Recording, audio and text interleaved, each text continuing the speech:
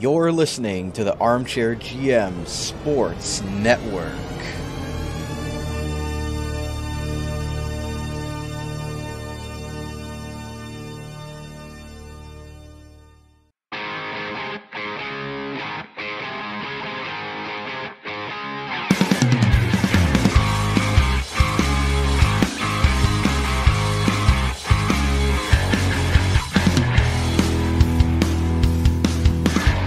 This is Rod Mahood, your in-game voice of the Niagara IceDogs, and you're listening to the Dog Pound Podcast on the Armchair GM Sports Network, your podcast source for all game analysis, team interviews, and up-to-date news regarding the Niagara IceDogs. Perlini!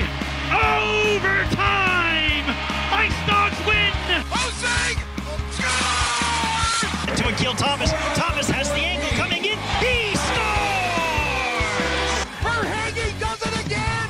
52.1 seconds to go. Do you love it, Niagara? Welcome in to the Dog Pound Podcast, the official podcast of your Niagara IceDogs and our season preview show, brought to you by Global Pet Foods and their 4 great Niagara region locations where pets are undeniably part of the family.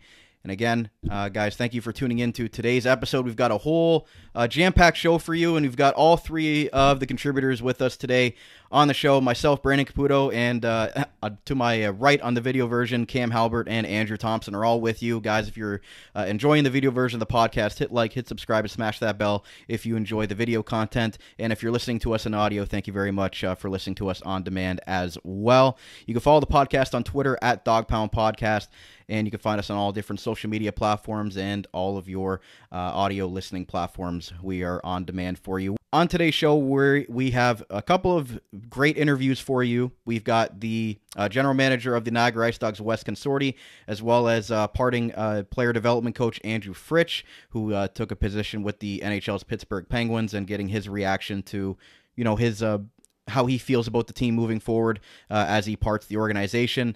As well, we've got the Twitter polls from you fans out there, and we're going to discuss the preseason and kind of what to expect from the IceDogs as we move forward here into OHL opening week and the OHL regular season. So, first of all, general thoughts on what you thought of the preseason for the IceDogs. 5 games, they went 2-3 in those 5 games. Cam, from what you saw, what was your impression of what did you like from the IceDogs in the preseason? First, it was just, the shots for and against. I think watching every game last year, almost every single game, the opponent for the IceDogs is pushing 50, 60 shots a game, and that's just no way to win at any level of hockey. Throughout the preseason, there was games where the IceDogs actually outshot their opponent. Obviously going 2-3, not a clean slate across the board, but I think they ended with about roughly the same amount of shots for and against, which is going to be huge and really help out Flores this year as opposed to last year where, the goaltending position was just getting peppered every single game. So also liked that the rookies didn't look out of place. Rubric and Zada. I thought Rubric had a really, really good preseason, which was nice to see. Same with some of the defensemen as well. Podrakar, Frolov had a good run as well. And then finally, just the trades. I think that we're going to talk about that a lot on today's episode. But the trades that they brought in weren't for guys that were exceptionally skilled, and that was their only role. It was a lot of character guys that make them harder to play against. And I think that that's super important for this squad specifically to help out with their young players like Rubric, and Zada as well. So Kevin Heath led the team along with Alex Asadorian. They both had 5 points in the preseason. Asadorian only played 3 games. Kevin Heath played 5. Zach Lavoie had 4 points in the 5 games.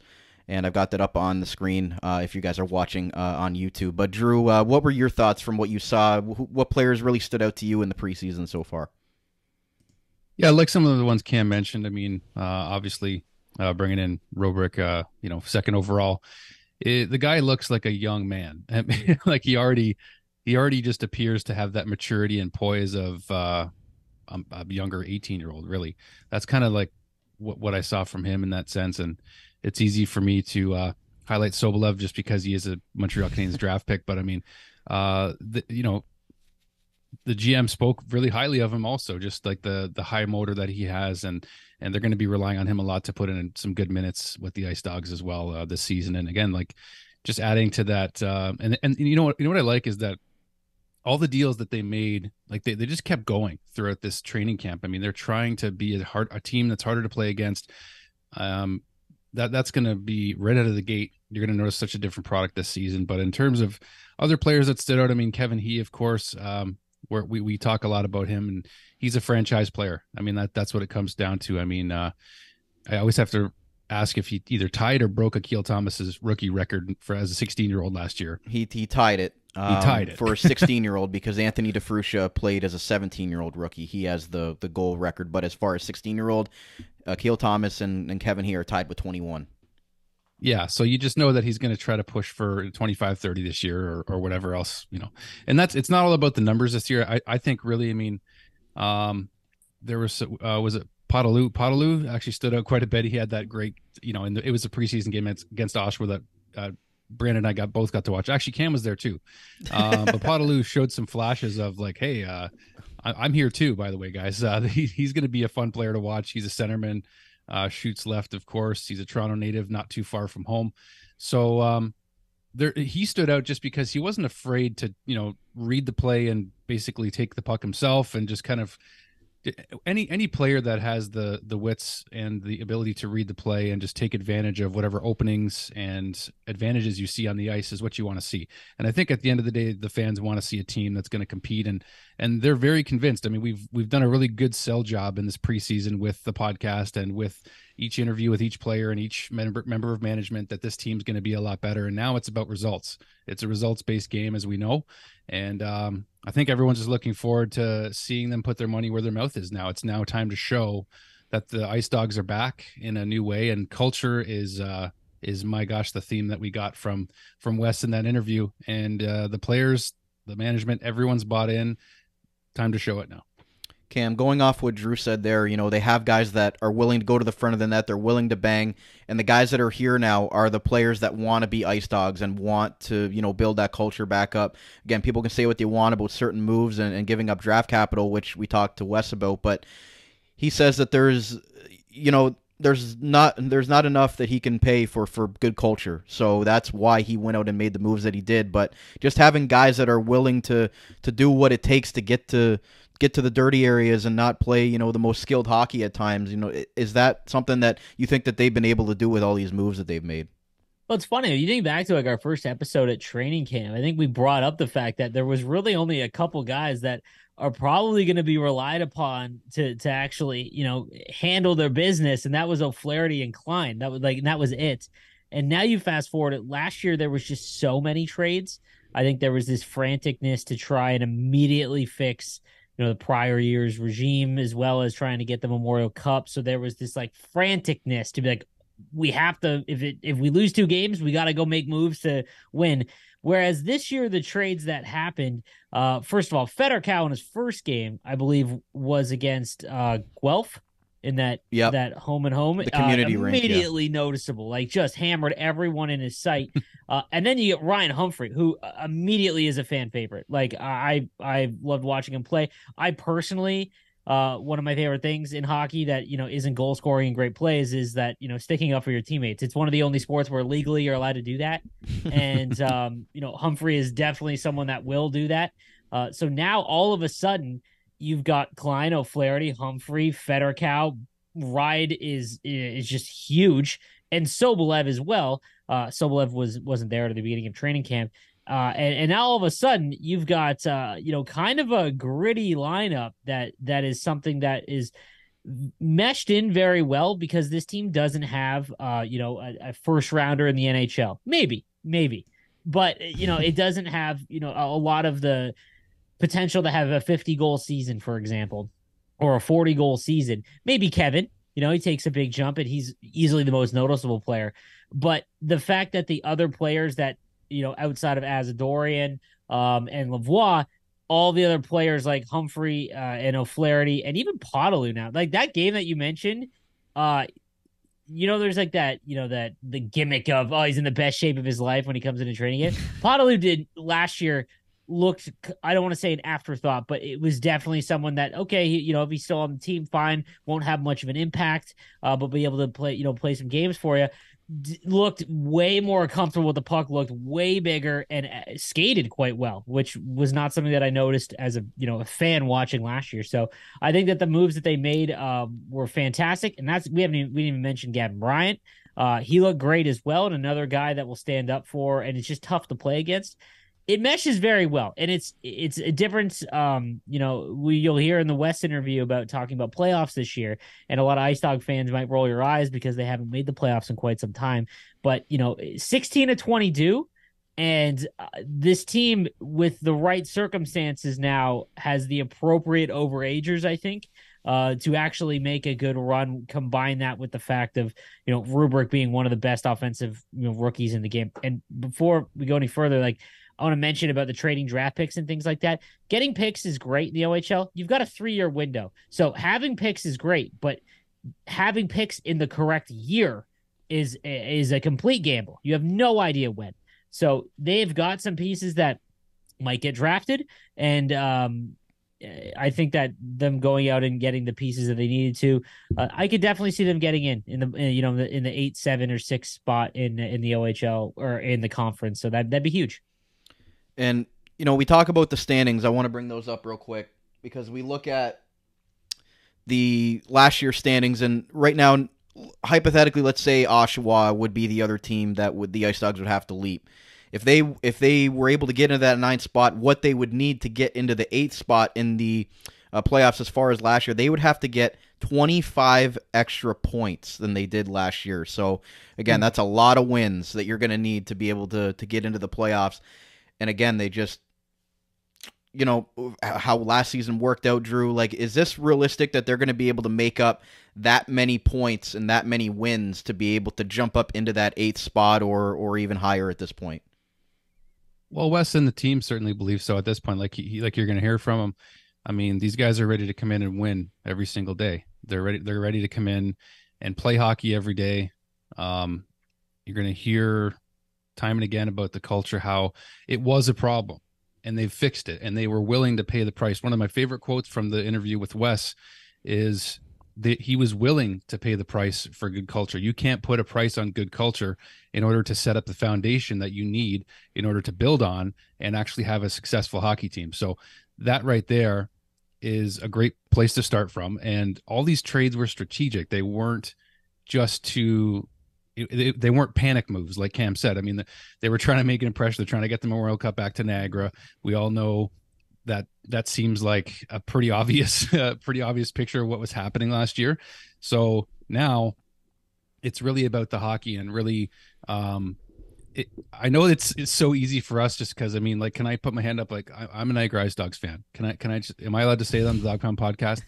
We want to see these guys do well. And if we genuinely believed otherwise, I think we'd be honest in a constructive way that don't get too excited yet. But I do think that these guys, especially this weekend, opening up the season against London, I mean, what better of a test do you have against one of the... I hate just this team. Bring it on, though. No, it's a great test, and I'm sure we'll get into that. But just because of last year, put your with money the where your mouth vibes, is. I think this team is going to far outperform last year. And first of all, it's easy to do. I think they won 11 games. Historically bad, but. Yeah. Like I mentioned, the way that they lost games last year was they'd get down by 1 and then have no one capable of pulling them back in, and they would just get crushed in their own zone for 2 periods. And by the time that they actually got some goals together, it was because the game was already out of it. I don't think we'll have that same that same experience this year. And like you mentioned, as a fan, I was a season ticket holder last year. The thing I'm going to struggle with the most is not cheering in the media box because I've already had to catch myself a couple times. So, this is the main difference I can tell as an IceDog fan is that when you have a rebuilding team, there's nothing worse than watching a team that is good enough to not get the top pick, but bad enough to not make the playoffs. That's the worst. And obviously it's tough to do in the OHL because only 4 teams don't make it. But last year, that's what it felt like. And it was just hey, the only future that we had really at the time it looked like was he and Lavoie. And I mean, as a Dorian, you wouldn't expect to have the season output that he did because once he came here, it blew up, which was fantastic. But this year, regardless of how games go, you can see like once fans go and get their first look at Rubric, they'll be like, okay, he's going to be here for a couple years, and we have a real legit, top end player here. For example, and the same thing with like Frolov and players like that. Like it's fun to see, and Kevin Heat. Like Kevin's like one of the most, fandom aside, like might be one of the most fun players to watch in the OHL because he's just legitimately might be one of the best skaters. So, it's a much different feel. But like I said about London Knights, it sucks that real possibility they go 0-2. It's in the realm of possibility. I just hope that doesn't wilt them enough, and I don't think it will, because I would love to see them, if they take 1 out of 2, that's massive. A split against London in the start, especially with the moves that they made. It's so hard in this league to compete against London. They just continually seem to, have such a great roster. But I think if this team wins 1, especially the one in London, like I think that could do wonders for them going through, because a lot of the guys that come in, they don't know what it was like last year, the new guys. So they don't have that same feeling of like, okay, we're going to lose every game, right? Or we're expected to. So that'll be interesting to see. And Drew, before I hit it to you, before we get to the West interview, and they've also got some former London Knights on this team. They got Connor Federkow, they've got Owen Flores, they've got Paris, they've got Humphrey, they've got Levin. There's a lot of former London Knights players that I'm sure would love to beat up on the yellow and green, coming up this weekend, Drew. Yeah, if that doesn't motivate you enough, come on. Like those guys know that program inside and out. So it's a really encouraging thing to know going into opening weekend. Okay, like we can have a slight advantage maybe in knowledge of systems or just anything that would help them to at the end of the game. At the end of the day, the game's played on the ice. Like you're not going to be able to. You can't overthink. But I think that 1 out of 2 would do wonders for their confidence for sure, and especially opening night in London in that arena with 10,000 plus fans likely in the building. It would do wonders. And I think I didn't really answer your question about the increase in points. Like Cam mentioned, it's going to be pretty hard not to see them, increase in the standings in terms of points, because that'd be injuries. That's the only way that what with this team that happens again. Like they'd have to be, some key losses at the top for sure. Yeah. So I think that we can do the best sell job possible. You look at the roster, there's a ton of turnover on this team. They added the overagers, they've added the muscle, they've added that, sort of depth down the lineup that we're hopefully going to enjoy and the fans will enjoy throughout the season, which will propel them up the standings naturally, I think. And again, it's just time to put money where your mouth is. And, we're all chomping at the bit to see them hit the ice to open this OHL season, because it's going to be a turning of the page here in Niagara. And I'm just, I'm fired up for it. Brent, I want to hear before we go to the interviews, what's your, for the for the fans out there that want what's the lineup going to look like? I just did it off of from preseason and what I think. I'm curious, what do you think the opening night roster lines look like?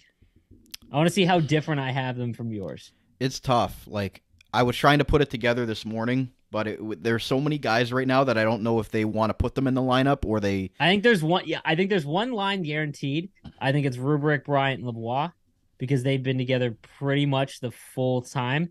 And the only question on the first line, which was Azadori and the right winger spot, Humphrey is now going to be that.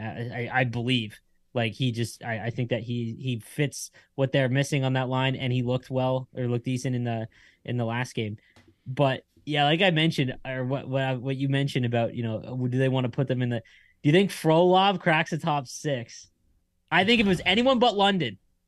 In London, I think that Frolov probably makes it, because he's been really fun to watch, and I think he's going to be great by the end of the year.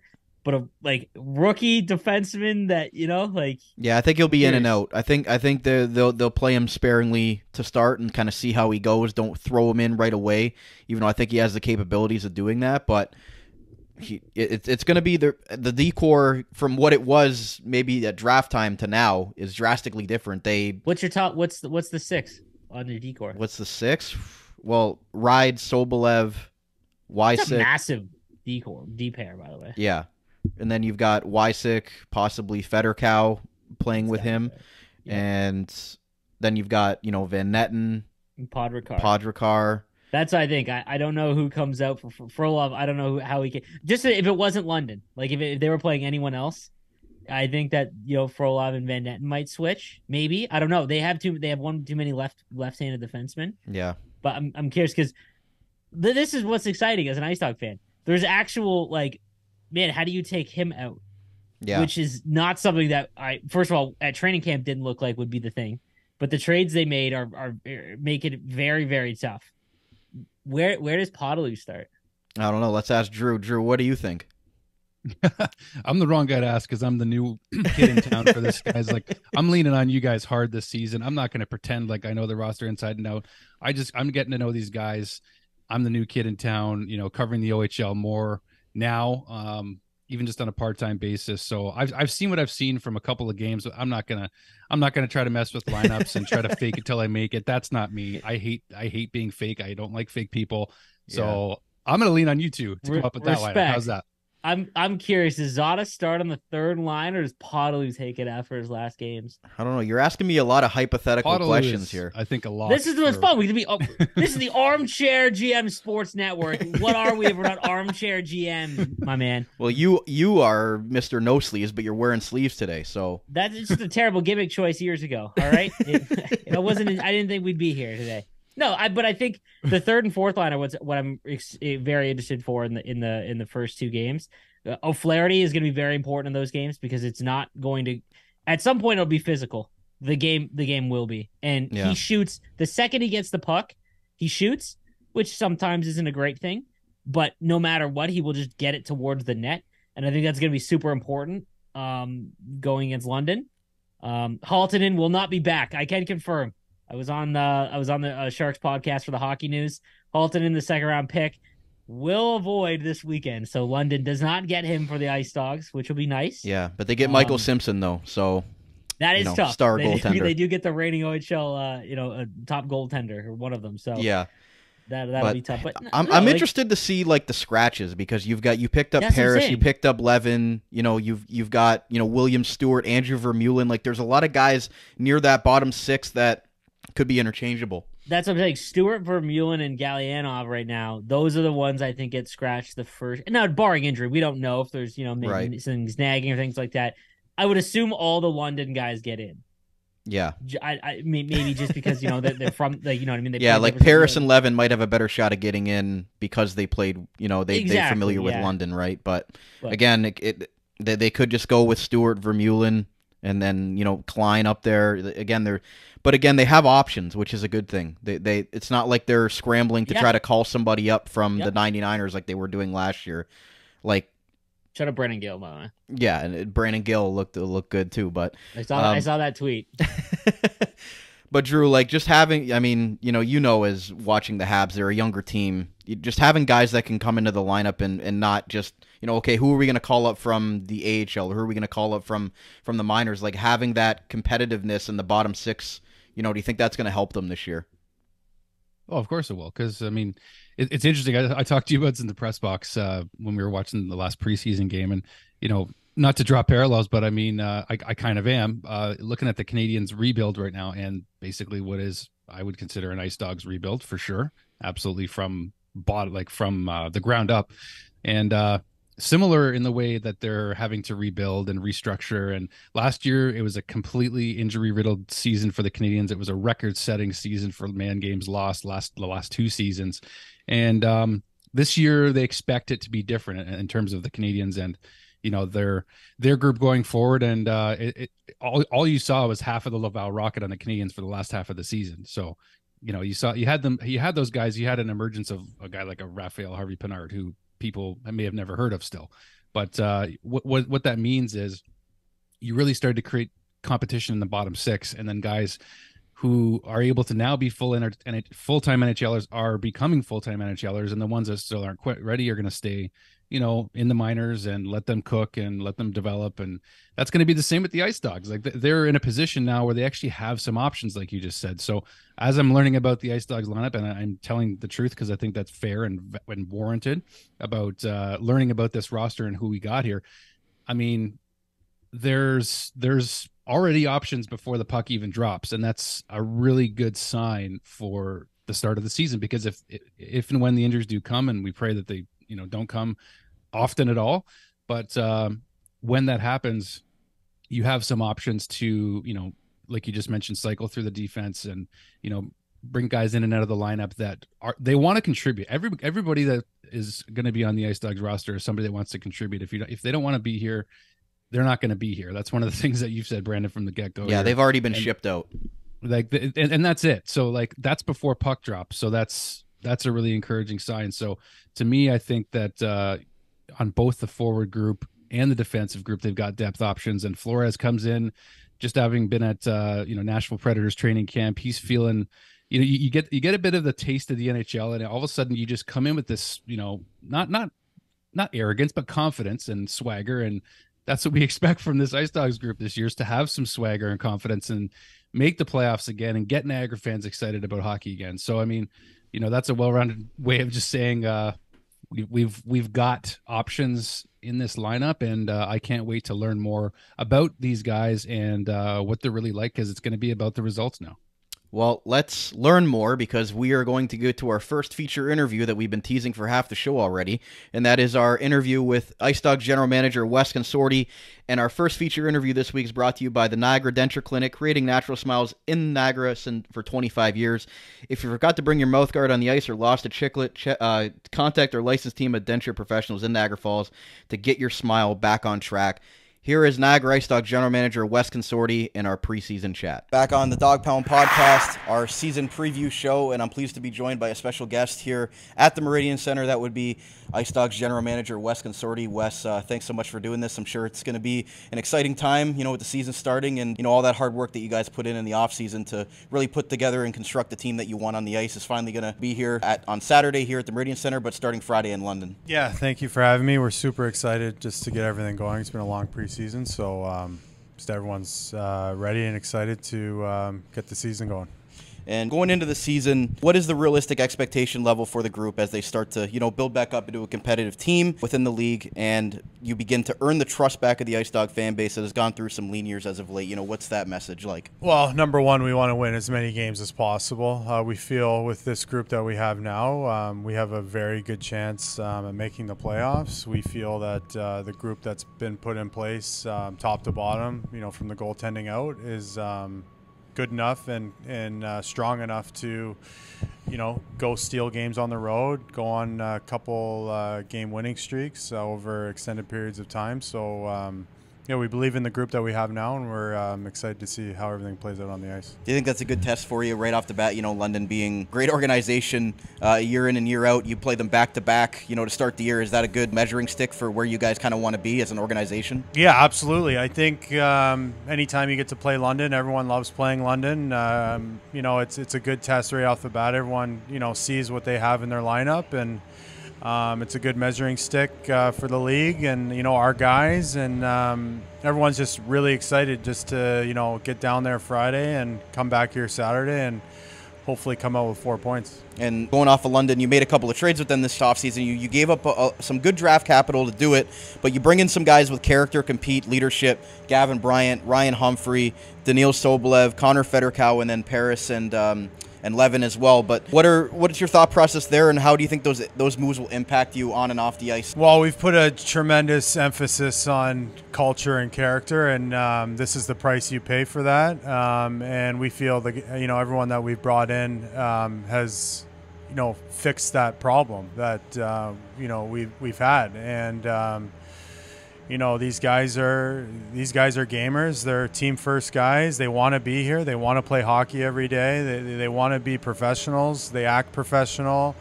They're great outside the community. Like, these are the guys that help you win games. And in our situation, it was more of what do you want to pay to change your team? And this is the price of business, the cost of business for us at this particular time. So.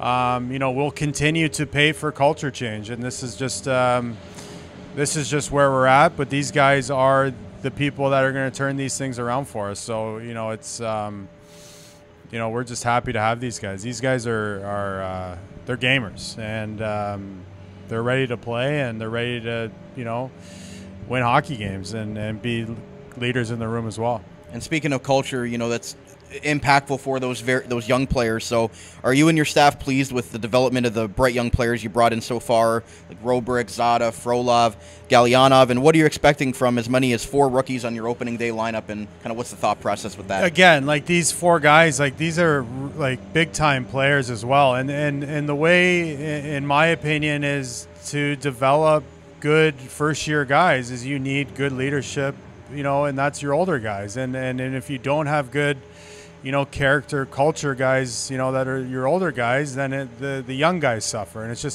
just a gigantic hamster wheel, really. And we feel that needed to be fixed immediately. And with our 4 young guys, like these guys they're big time guys, and we feel like we put the right people in front of them and the right leadership in front of them, and teach them how to treat every day in the OHL properly, on and off the ice. That they're going to turn into very well-rounded OHL players, not even OHL players, but pro players. So again, this is a gigantic emphasis on leadership and culture, and we need to develop our young guys, and in the future, like these are the guys that are going to drive this franchise. So we are gunning at all costs with these young guys and making sure that they have the best experience here possible. IceDogs GM Wes Consorti is with us. Speaking of the players and coaches, there seems to be a little bit more optimism and swagger about them as we approach the season. How much do you think that the moves in the offseason that you made, and how much do you give credit to the coaching staff for getting them to buy in about what it's like to be an Ice Dog, and the guys that are here do want to be here? How pleased are you with that and their mindset as players within that room? Yeah, I mean, our coaches have dialed these guys in from day one.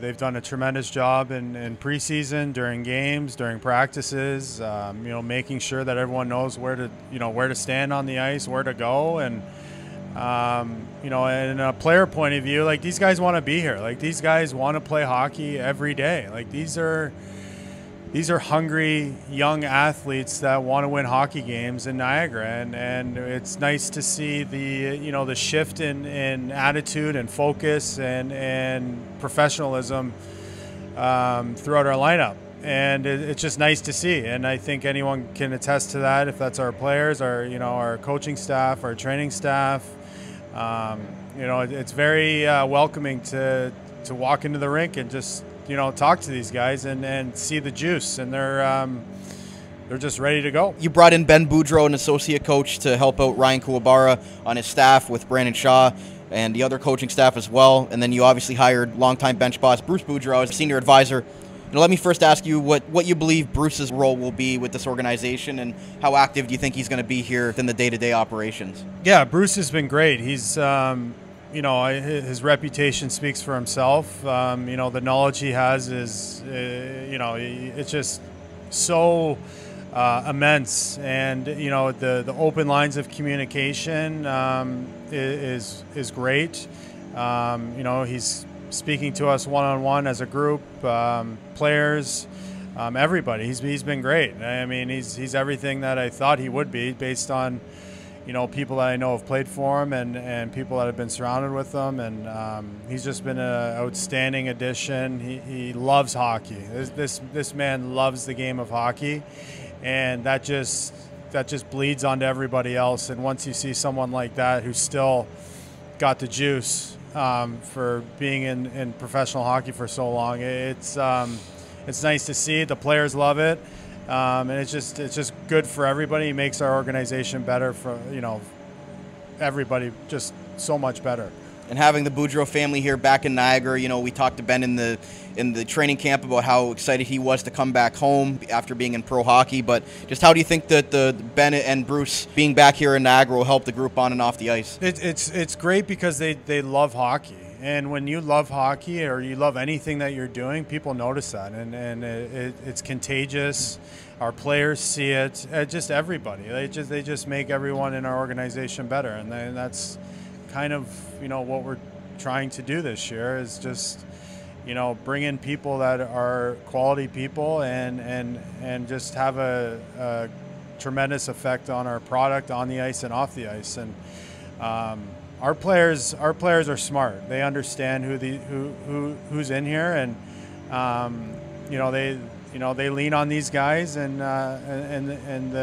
Bruce and Ben, they like it, and they like giving strong advice. So it's really nice to see. And last question for fans, what's your message to them about what they can be excited about for the season, and who are maybe some players you think that are going to take a big step forward and help you guys get back into that playoff hunt as a competitive team? Well, I mean, for the fans, we're at a point where we're ready to win hockey games and ready to be competitive every night. We're ready to put on a good show. Like, this is sports entertainment, and we're prepared to, put a product out on the ice that can win as many games as possible. And, our lineup, Owen Flores is someone that pops out right away, who just came back from Nashville Predators main camp.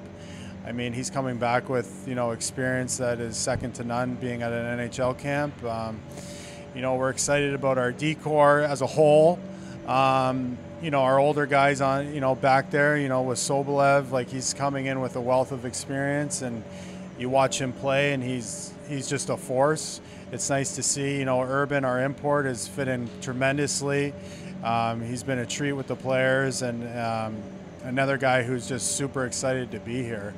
And, with Bronson and Andrew and Artem and Vanette, like, these guys they're a group. Like, they're a core group of defensemen who are making each other better every day. And, we're excited to see them, out on the ice during games. And up front, I mean, guys to key on, it's easy to say our young guys, but, you got to give, respect to, Lavoie and Asadorian and Bryant. Like, these guys have been in the league for a while, and Pods, and, like, these are, Kleiner. I go through every name. Like, these guys are just ready to win. And then, the easy answer is our 07s, but I think it starts with the leadership group and the older guys, and it will drip down to the young guys and help Rubric and Zada and Galley and Frolov just flourish. So as a whole, we're excited. So it'll be great to see, and we're excited to start winning games. IceDogs General Manager Wes Consorti, thanks so much for taking some time. I know it's an exciting time for you and your staff to really see what this team's going to bring this year. From our side of things, we're really looking forward to covering this team, and to the fans, it should be an exciting year with some exciting young players. So best of luck, and look forward to talking to you again in a month or so. Appreciate it. Thank you. We'll be right back on the Dog Pound Podcast in our season preview episode, the official podcast of your Niagara IceDogs, brought to you by Global Pet Foods, where pets are undeniably part of the family.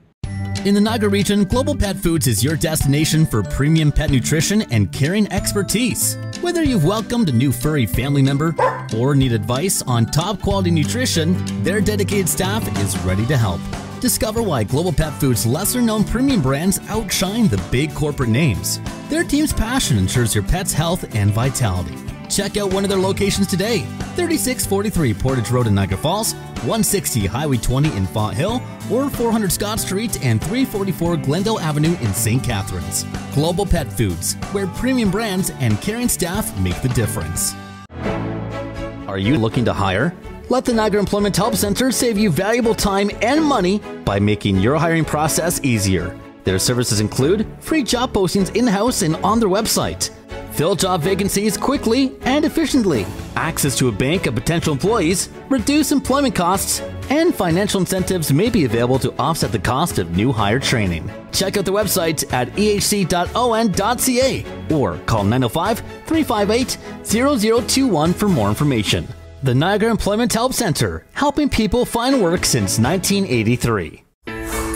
Wild Bill's Auto Repair is your local center for auto maintenance and repair in the Niagara region. Since 2012, Wild Bill's Auto Repair and Body Shop has been helping customers stay safe and confident on the road, knowing their vehicles in top running condition through their services. Located at 7868 Oakwood Drive in Niagara Falls, the garage started as a tribute to the owner's father, William Robert Hunter, who passed away, continuing the same community spirit and high level of service which customers came to expect from him back at Hunter's Auto Repair. Their multi-award-winning auto shop has earned the trust of the Niagara community with its fair treatment of all customers, who can feel confident they'll get the trustworthy advice and repairs during their visit. Their experienced crew loves meeting new people and looks forward to forming a lasting partnership for the care of your cars. To find out more or to book service, contact them today. 905-358-7868 or wildbillsauto.ca. Wild Bill's Auto Repair, helping customers stay safe and confident on the road since 2012. This is Kevin Heath. This is Ethan Zaddy. This is Zach Lavoie. It's Owen Floyd. You're listening to the Dog Pound Podcast, the official podcast of the Niagara IceDogs.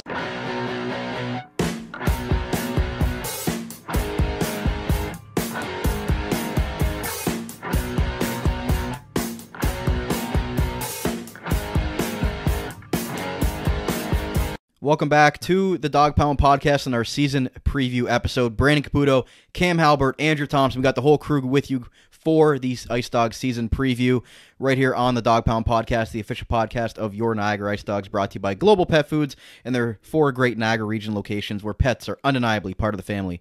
Guys, if you're enjoying the video version of the podcast, hit like, hit subscribe, smash that bell for all updates on video versions of our podcast that get released here on the network. And if you're listening to us on demand and audio, thank you very much for that as well. Go tune in video, though. You can see our beautiful, glorious faces here live and in living color. But with a lot of money said, into this face. With that said, we just listened before the commercial break to the Wes Consorti preseason interview. Drew, I'll get your thoughts first. You know, what were some of the, I know we could sit here and talk for an hour about it, but maybe just what your biggest 1 or 2 takeaways from what Wes had to say. Yeah, I mentioned it earlier a little bit, but just the fact that they acknowledged culture was a big problem around the Niagara IceDogs. We know from the previous regime, have you heard already? It's been in the news enough, but now is the time to turn the page. And they really recognized what was wrong, what was not working, and it's a reciprocal effect. I mean, you can feel it in the building. Like, we've been in there for training camp, and the vibe has changed. It's just calmer. I would even say peaceful. Like, it's just, there's no panic. They just want to get in there and play every day. These kids are ready. And you know, like, we got to, like I told you guys, I'm still getting to meet some of the staff and the players, and we're getting more access to the team a little bit. I'm not trying to push them, but they are giving us a little more access to try to cover this team and make it more entertaining to cover them and watch them for all the diehard Niagara IceDogs fans that are out there. And that includes following our show, because we want to make a product that's going to be worthy of, you know, of following. And I think that Wes really laid out really clearly that, you know, these kids, like, I did hear this quote from Marty St. Louis. I know it's a Montreal reference again, but I mean, these guys get to do this. They get to go to play hockey every day. They don't have to. They get to. You know, we get to cover the IceDogs. We get to watch the IceDogs because it's a privilege, first of all, because we love this game. And I give, you know, more philosophical answers maybe than everyone's used to, but I love that. I really love the fact that they saw the problem. They're still working on fixing the problem. They've done a ton of work to build a culture that these players are going to be able to thrive in. And the players, like Gavin Bryant, answered the same, you know, in the first 2 weeks of training camp. He mentioned the culture. It's the biggest thing that attracted, you know, some players to actually want to play in Niagara now. And that wasn't the case before. You know, like, players weren't hearing the greatest things about Niagara and the culture, and now that's changing. And that comes in with Bruce and Ben Boudreau also being part of the squad. You know, you asked them about that. Bruce Boudreau, after all these years, you know, all the years being an NHL head coach and the reputation he has, he's a local guy that still just loves the game and lives, you know, and is really associated to Niagara here. And, you know, Ben's passion that he shared in the interview, when these guys come in with passion and then they love what they do and they get to go to work every day and love what they do, how do you not want to be a part of that?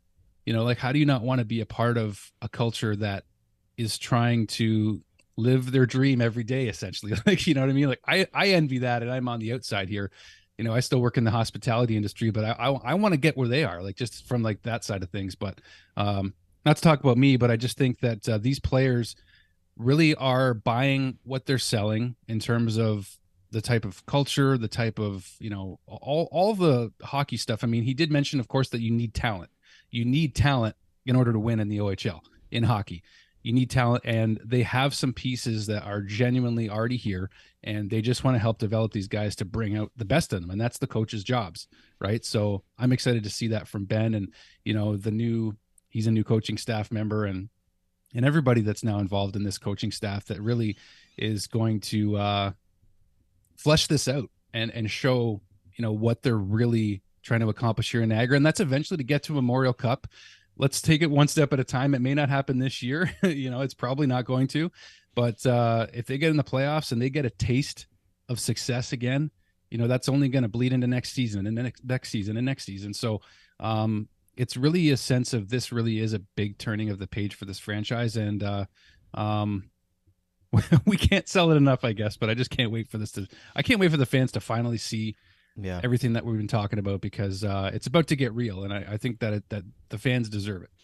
Cam, earning the trust back of the fan base, because obviously, they've had some great years where this is a communities team and it's one of the best fan bases in all the OHL when they're doing well. The last 3 years haven't been great, and Wes, acknowledged that and wants the fans wants to earn their trust back, and feels like the moves that they've made and last year's trial by error, are as somebody that was a season ticket holder before, like, do you see that vision, coming to fruition with what they're doing so far and what they've set themselves up for with the draft, free agency, or not free agency, but the trades and the lineup that they've assembled here in the preseason as we look ahead to, the games this week? I don't think you can give a full grade on it yet. Last year was tough as well. Like, last year was real hard. The years prior were just as bad, on and off the ice. But this definitely feels different. And the one thing I'll say is that the team doesn't need to be good. The crazy thing about the fan base and, rewarding them with a good product is the fact that it's clear that the people love the Niagara IceDogs. I believe we're 4th in OHL attendance, and we won 11 games. I went to every home game last year, and I think I saw 4 wins. So, like, that just, like, goes to show what will happen if this team, starts to win games as well.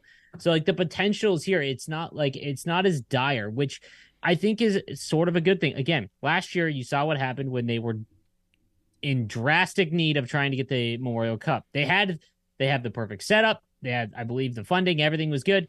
They just lacked the competitive team, because they obviously the team that gets the Memorial Cup gets the automatic bid. Obviously, the IceDogs were not worthy of an automatic bid to the Memorial Cup. But I think that understanding that rubric, who is clearly going to be their foundational piece. You only get 3-year, maybe 4-year windows in the OHL before you got to do it all over again.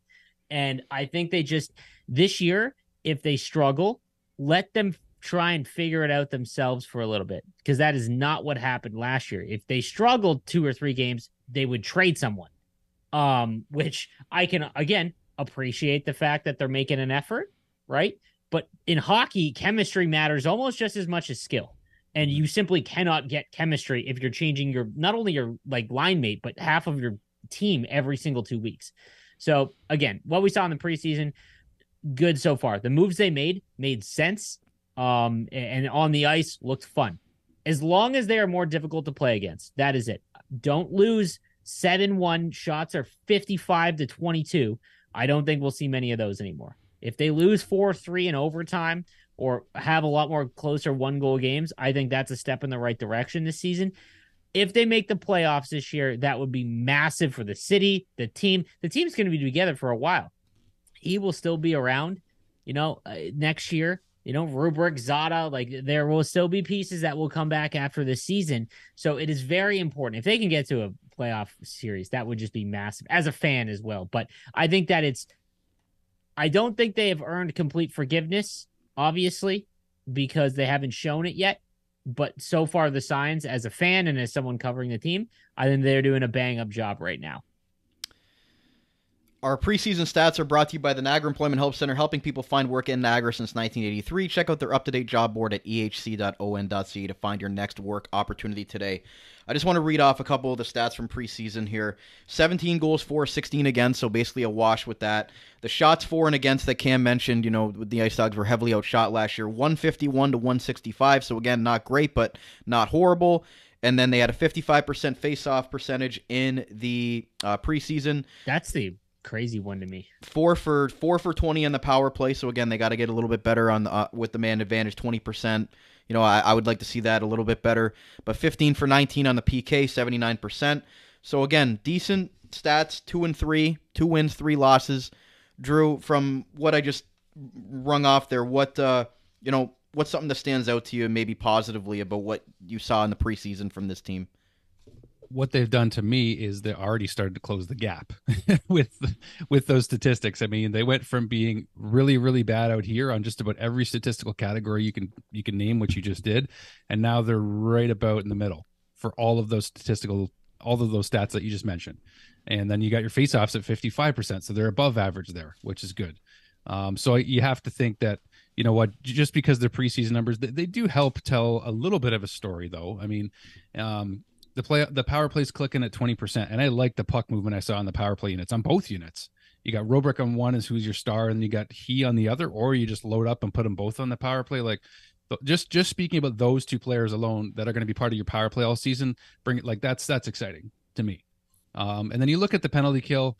Yeah, that's probably the area where you're maybe like a little concerned. It's 79%. You want to see that in the mid 80s, early 90s, ideally, in an ideal world if possible. But again, these guys are going to go have some growing pains. Don't forget that this is still a brand new team that is going to have to work on their chemistry, and that's, like Kim alluded to, it's so important, team chemistry. And now there won't be a trade every other every couple of games, right? There better not be, right? So that's not going to teach anyone anything. It's just going to be going through the same vicious cycle. So statistically, though, all those stats that you mentioned, to me, it made me think that this is where they were last year on the outside looking in terms of, being the worst at most of those categories. And then now they're right about in the middle. So hopefully they can keep that in line and then just close the gap even more, so that the results are more favorable. But give them time. You got to give these guys some time. This is still starting from scratch here with this team. So I think that if fans are patient, the results will come, and I think they will come this season. But you're going to have those dips. So you're going to have dips in the season, right? And it's a long season. It's 68 games. So give them a chance to buy in and continue to buy in throughout the season, despite the ups and downs that are just inevitable. And closing the gap in the standings as well, like you mentioned, Drew. I think all those would equate to closing the gap from that 25 points that they would need in order to be a playoff team if you went off last year's stats. Cam, thoughts on that before we get to our Andrew Fritsch interview? Again, the things, preseason stats I really, really don't care about, but the things that happened in them. So the power play specifically, it looks like they've got Kevin He and Lavoie set up to be in the OV spot on the faceoff dot, and they were just force feeding them. Those are your two best shooters. And that was really, really good. I thought that was seeing that, instead of it just passing around and then really not looking like they had an idea. I'm sure they did loosely last year, but they have finishers that are like, okay, so throughout the power play, we're going to get him to him. That's it. Like, that's the mission. And I think that was an awesome sign to see. I want to see the one thing that we didn't see in the preseason that I really wish we would have is Bronson Ride. We didn't see him at all, really. And the reason why is because, first of all, he's so massive, like impact-wise, he's just huge. Easily the biggest player on our team. But how will he be on the penalty kill? And is he going to be on the power play too? Because he is going to be one of the most important players on the team. But I really think that him and Sobolev are going to be really fun to watch other teams try and forecheck against, because it's just very difficult. Those are clearly a skill of them. But then as the year goes along, Rubrick just stopped drilling posts. Like, it's eventually going to go in. Like, he might have had 5 or 6 post shots, head up the whole way looking to shoot. And that's really exciting, because I think that at some point he is going to take the crown from he or Lavoie as the team's best shooter, like actually with their shot, because it's pretty lethal. It just needs to start, going off the bar and in. Yeah, and we look at to wrap up the preseason stuff, the IceDogs were actually tied for 5th with 4 other teams for, the preseason record. Some teams, played more than others, but the IceDogs were 2-3, and, going off the preseason, they would have been in a playoff spot. But again, it's only 5 games in the preseason. Yeah. But again, it's good, like Drew said, that they're closing the gap, again, on all the areas that they need to improve on to be able to get into that hunt. Again, it's going to be of the final seed that got in the conference last year. Do you know? Do you have it pulled up? The standings, yeah, it was Oshawa. They were 26, 36, 1-5. So when people think playoff team, that means they think that you think that you have to go from 11 wins to being an over 500 team. It's not the case in the OHL. Like, there will be teams that have a losing record. So that's something to keep in mind. You can lose, right? You just can't lose 17 in a row, right? Like that's that's the thing. So Yeah. I think that's something to keep in mind as IceDog fans. It's an awfully brutal start, and I really, like I said, I really wish the team didn't have to do that right off the rip. But get to test them, because if they win one, that might be the biggest momentum jump that you could get from another opponent, is if they take one against the London Knights this year. So we're going to get to our last feature interview on today's show, and that's brought to you by J&L Flooring. If you think you can get a better deal anywhere else, you don't know jack. Contact their Niagara Falls location to begin your next quality flooring project today, J&L Flooring. And that is with IceDogs parting player development coach Andrew Fritsch as he leaves for the Pittsburgh Penguins. Joined by new Pittsburgh Penguins skills consultant and former player development coach Andrew Fritsch. Andrew, congratulations on your new opportunity there. Can you just talk about how exciting that is for you, obviously from the OHL level jumping up to the pros, and how that whole opportunity came about for you? Yeah, no, thank you. Obviously, I'm very excited to join the Penguins. I mean, it's something you kind of dream of when you don't make it as a player, to try to make it as a coach. And luckily now I get to be there, I get to be around it, and get to work in the NHL. It came about probably, I don't know, 2 months ago now. I got a text from Jason Spezza, who's the assistant general manager now, and to interview for one of their positions, and went through the process, and it was about a month-long process, and I learned a lot through it, and yeah, thankfully I got the call that I got the job, and now I've been on the job for about a week and a half. Was down in Buffalo there for the rookie tournament, and heading down to Pittsburgh and Wilkes-Barre for about 14 days on the weekend, so I'm excited for that. Can you just talk about how much you enjoyed your time here in Niagara? You were here as a player, but then being back in that player development role, how much do you think that you learned from that role that's going to help you, as you transition to more that same type of role at the pro level? Yeah, I loved my time as a player for a year here in Niagara, and I still joke around with Marty Williamson when I do see him that I'm still pissed off that he traded me, but obviously excited now.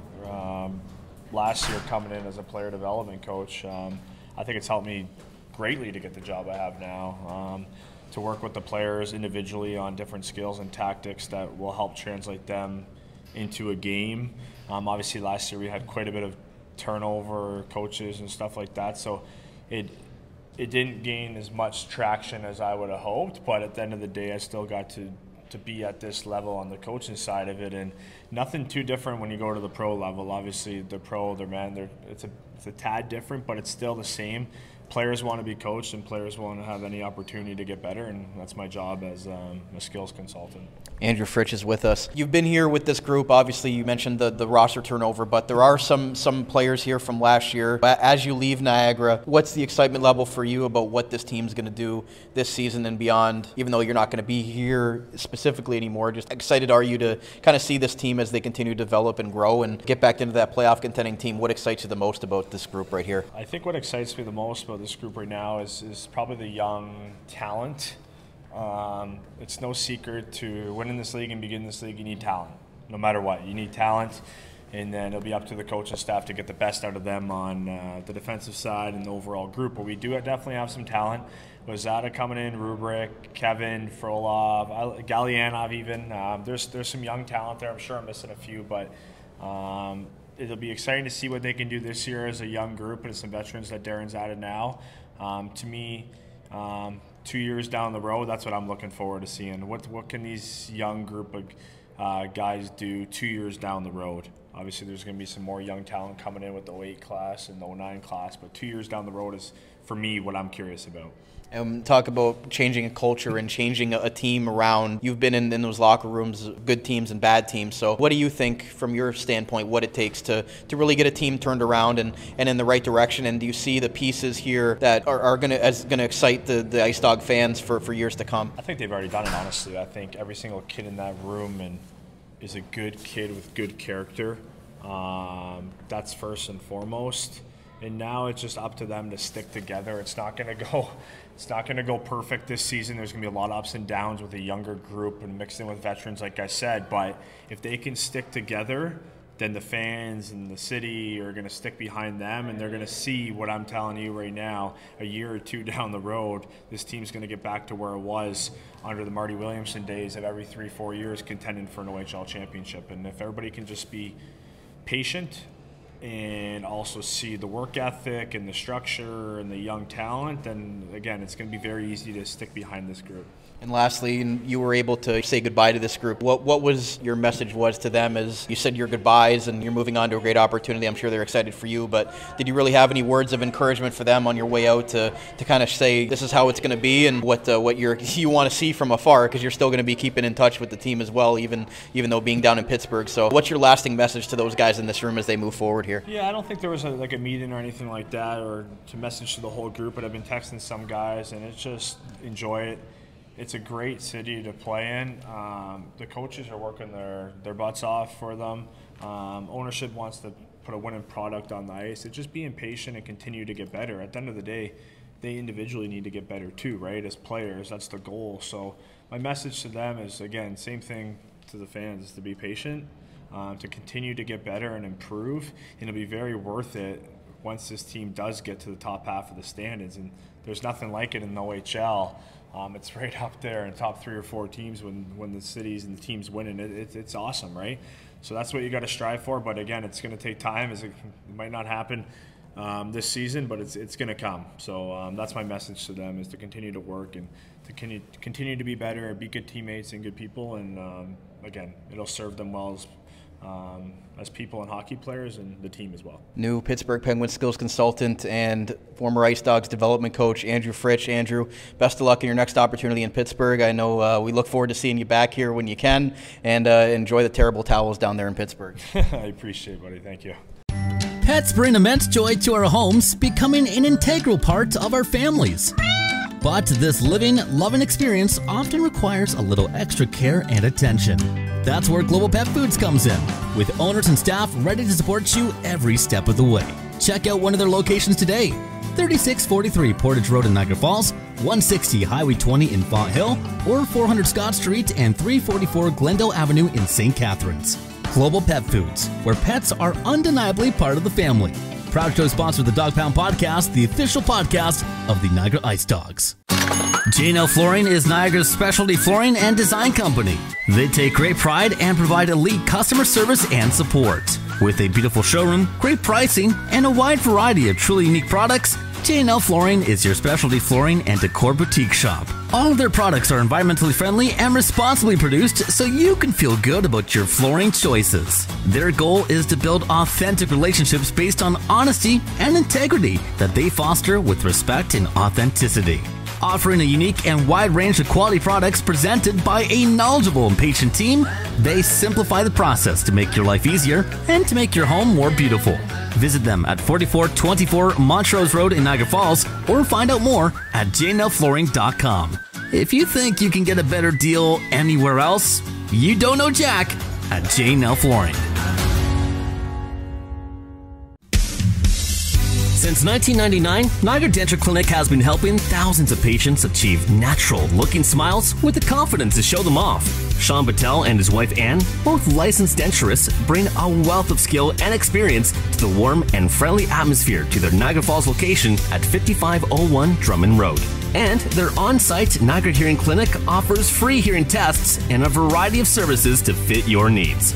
This family-run practice takes pride in providing superior care and service to their patients, along with the best premium products available on the market. Get the best work done at a more reasonable price. Niagara Denture Clinic is here to help. Protect your teeth with a mouth guard, replace missing teeth, and get better hold with your dental implants. Call them today for a free consultation at 905-353-1552, or check them out online at niagaradentureclinic.com. Niagara Denture Clinic, creating natural smiles in the Niagara region for 25 years. Hey, this is Chris O'Flaherty. Hey, it's Ryan Roebuck. Bronson Ride. This is Gavin Bryant. And you're listening to the Dog Pound Podcast, the official podcast of the Niagara IceDogs.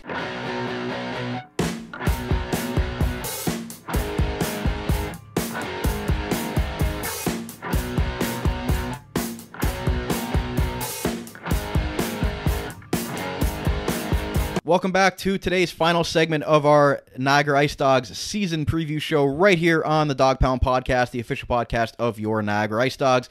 Brandon Caputo, Cam Halbert, Andrew Thompson with you. Full house for today's season preview for the Niagara IceDogs. We just heard our last interview on today's show with Andrew Fritsch. as he parts for the Pittsburgh Penguins. Drew, let me get your thoughts from what Andrew said there. And, as a guy that was around the team last year and got a little taste of them, as we went into the preseason before he was hired by Pittsburgh, but, still wants to keep in touch with his team. And he sees some high hopes and some things that they've really been trying to work on with these younger kids, as mentors for them on and off the ice. Yeah, I mean, it doesn't hurt that Andrew knows exactly what it's like to play in this market, right? So he's letting the guys know that when you guys start winning games, I mean, these fans are going to get behind you. And that's what we have been kind of talking about this episode is the opportunity to get back in the playoffs and really see that play out. And, Andrew talked about how he still ribs Marty Williamson about trading him all those years ago. And you forget that Marty was head coach and GM. It's like, oh my gosh, like that was a while back, but certainly Andrew really is going to stay connected, and it's always good. It's always a good sign to see guys get promoted to the professional leagues, or I guess you should say like the pro leagues, because I mean OHL is still professional league, but it speaks well of the program here already that Andrew actually was able to get promoted. I actually ran into Kyle Dubas at Tim Hortons, and I didn't know that at the time that Andrew was going to be promoted, but I should have gave him quick congratulations, because he's getting a good guy in Andrew Fritsch to come work for them, right? So to help with their player development. And I think that again, it just bodes well for the current state of this new regime that they're able to promote a guy already, even though he's been here for a while now. But I like the fact that Andrew is really, going to stay in touch with certain players. And he said he sent text messages to some guys and just kind of said, like, enjoy your time here, because Niagara is a heck of a hockey market. And these guys are really in for a treat. And, it doesn't last, right? You got to enjoy these years while they're here. Like Cam said earlier too, it's a 3-year window. And, these years are some of the best years of these players' lives. They always look back on junior with fond memories. Even the NHL guys today still have these group chats with their old junior teams you hear sometimes. And that's because they have the best time of their lives when they play in junior hockey. And that's what they're trying to get these guys to realize is the opportunity in front of them to play in a great market with a great building, a great fan base, potentially, if all goes well, a great management and coaching squad behind them. And really see, why it's such a great market to play in. So I liked how Andrew really was trying to emphasize just what's in front of them right here in Niagara. And that I can't wait to see, we keep saying it, but can't wait to see this all flesh out, because we know ourselves being in the building the last several years that this is one of the best markets to play in, and the attendance speaks for itself as well. So all the best to Andrew in his new role, because certainly he's done some good work here to earn his way up. Cam, what did you take away from what Fritter had to say there as he parts to Pittsburgh? Yeah, like Andrew mentioned, I think the fact that he's going to stay in contact with the players and being an alum, I think that he understands the importance of that.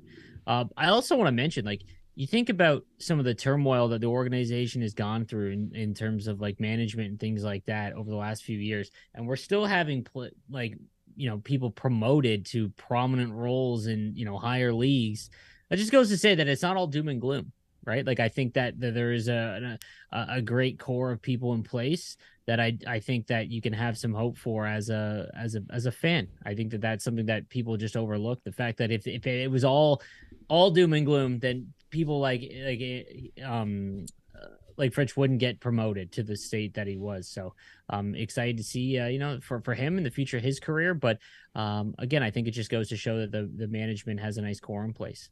And we're going to end today's show with the fan polls. And guys, by the time this episode drops, we will be doing a ticket giveaway for the home opener. We've got 2 tickets to give away right here for the Dog Pound podcast that we'll be putting out on our social media. So stay tuned if you want to attend the Niagara IceDogs home opener against the London Knights on Saturday, giving away 2 tickets courtesy of the Dog Pound podcast. So as far as the polls go, guys, let's just kind of react to these real quick before we end the show.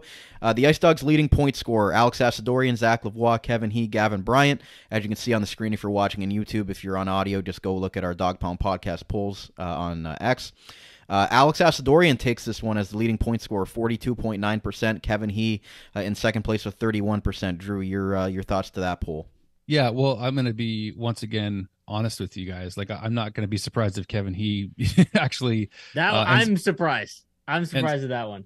Yeah, I'm I wouldn't be surprised if he actually ends up getting the most points, but I haven't seen enough of Asadorian play to really give a fair assessment of why fans think that way. Because again, I'm totally new to covering the Dogs on a more frequent basis here, so I'm excited now to keep an eye on Asadorian and see why fans believe, a good chunk of them, that he's going to lead the team in points. He's a centerman, so centermen have a lot of opportunity to distribute out there, as we know, and I don't really know. Like I'm going to go beyond that because Cam, he leads the team in points, they are in the playoffs. Yeah, Cam. Okay. He in my opinion, if he leads the team in points, they're in the playoffs. You loved Kevin, what would be my pick, but Cam, you love what you saw from Asadorian when he came over from Sudbury. Really got an opportunity, and he's he is a quality playmaker. When you put him with guys like Kevin He and Zach Lavoie who can shoot, you saw Alex Asadorian's playmaking ability.